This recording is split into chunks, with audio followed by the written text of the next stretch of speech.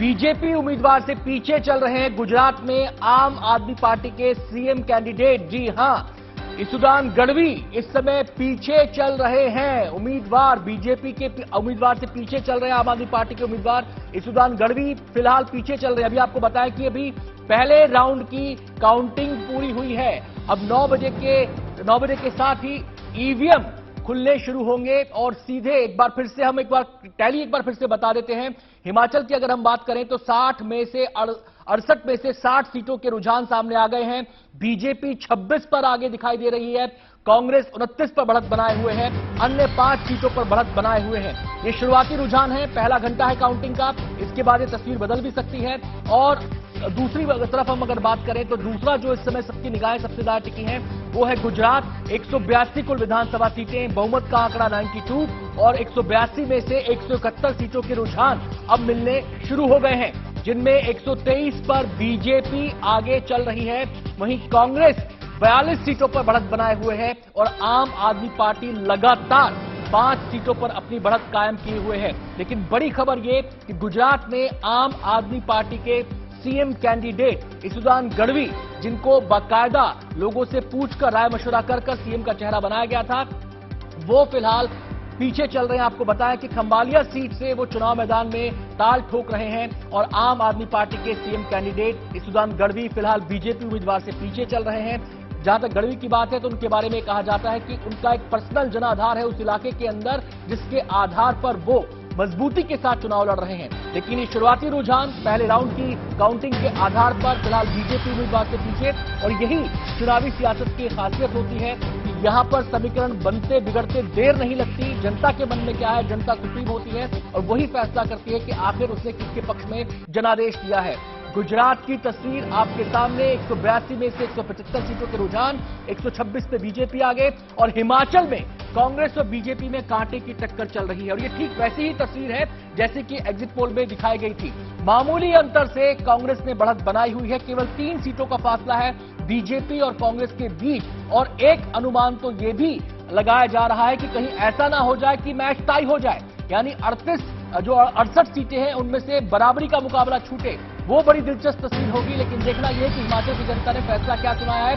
हिमाचल इसलिए भी दिलचस्प चुनावी रणभूमि है क्योंकि हिमाचल में लगातार ये कहा जाता है, परिपाटी है, परंपरा है, रिवाज है कि वहां पर 1 बाय 1 का फैसला करती है जनता, यानी कि एक बार कांग्रेस को, एक बार बीजेपी को। इस तरीके से ये सिलसिला चलता है। लेकिन बीजेपी नेता जो चुनाव प्रचार में बीजेपी के तमाम दिग्गज उतरे थे, उनका यही दावा था कि इस बार ये परिपाटी बदलने वाली है और हिमाचल में एक बार फिर से डबल इंजन की सरकार चलने वाली है, यानी कि केंद्र में बीजेपी और हिमाचल में भी बीजेपी। जयराम ठाकुर जो कि बीजेपी के मुख्यमंत्री पद के उम्मीदवार हैं, वो इस चुनाव को लीड कर रहे थे। तमाम पार्टी के दिग्गजों ने अपनी ताकत झोंकी। हालांकि कांग्रेस का कोई सीएम कैंडिडेट नहीं है, उसको लेकर अभी से सुगबुगाहटें शुरू हो गई हैं, खेमाबंदी शुरू हो गई है, उस पर भी नजर रहेगी। लेकिन फिलहाल सीधे हम रुक करेंगे। हमारी संवाददाता मिलन शर्मा इस समय गांधीनगर से हमारे साथ जुड़ गई हैं, बीजेपी कार्यालय में वो मौजूद हैं। जो शुरुआती रुझान है पहले घंटे के मिलन, वो बीजेपी को सुकून देने वाले हैं। और जो आंकड़ा मैं इस समय टीवी स्क्रीन पर देख रहा हूं, ये 2002 के उस आंकड़े से बड़ा है शुरुआती रुझान में, जो बीजेपी का अब तक बेस्ट परफॉर्मेंस रहा है। 127 सीटों का, बीजेपी 130 पर बढ़त बनाए हुए है। क्या माहौल वहां पर बीजेपी कार्यालय में? जी बिल्कुल, देखिए हम इस वक्त गांधीनगर के बीजेपी के कमलम कार्यालय में हैं और आपको मैं दिखाऊं थोड़ा बहुत यहाँ पर आसपास, जबकि काफी सुबह है अभी तो और रुझान अभी आ ही रहे हैं। लेकिन जो बीजेपी का दफ्तर है इस वक्त आप देखेंगे उसे पूरी तरीके से यहाँ पर भगवा रंग में सजा दिया गया है, दुल्हन की तरह। आप देख रहे हैं कि जीत निश्चित तौर पर बीजेपी मान रही है कि उन्हीं की होगी और बात जीत या हार की नहीं है, उनके लिए बात है वो टारगेट जो आप बता रहे थे 127 सीटों का, वो पार करने का जो टारगेट है उनका, इस पर ज्यादा यहां पर जोर दिया जा रहा है। मैं बता दूं सुबह सुबह बीजेपी के दफ्तर में आज फरसान और कड़ी का नाश्ता भी सुबह हो गया है।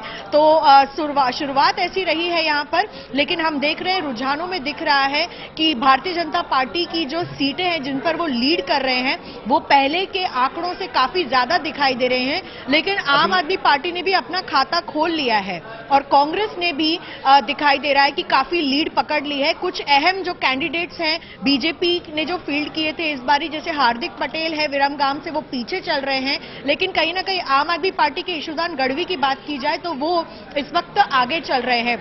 अल्पेश ठाकुर जो बीजेपी से साउथ गांधीनगर की सीट पर हैं वो भी इस वक्त आगे चल रहे हैं। और तमाम ऐसे जो कैंडिडेट्स हैं आम आदमी पार्टी के, कांग्रेस के या बीजेपी के, वो भी इस वक्त काउंटिंग पर जो नजर है उनकी वो है। और देखा जा रहा है कि किस तरीके से बीजेपी का जो टारगेट है अपना रिकॉर्ड तोड़ने का वो पूरा होता है या नहीं, ये तो दिन के अगले 2-3 घंटों में पता चल ही जाएगा। लेकिन लीड लेते हुए बीजेपी पार्टी इस वक्त दिखाई दे रही है।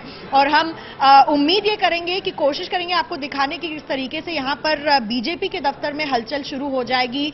कुछ नेता यहां पर आने ही वाले हैं गांधीनगर में, और देखना यह होगा किस तरीके से यहां पर सेलिब्रेशन में क्या यहां पर गाठिया और या तो फाफड़ा जलेबी मिलने की उम्मीद होगी। बिल्कुल।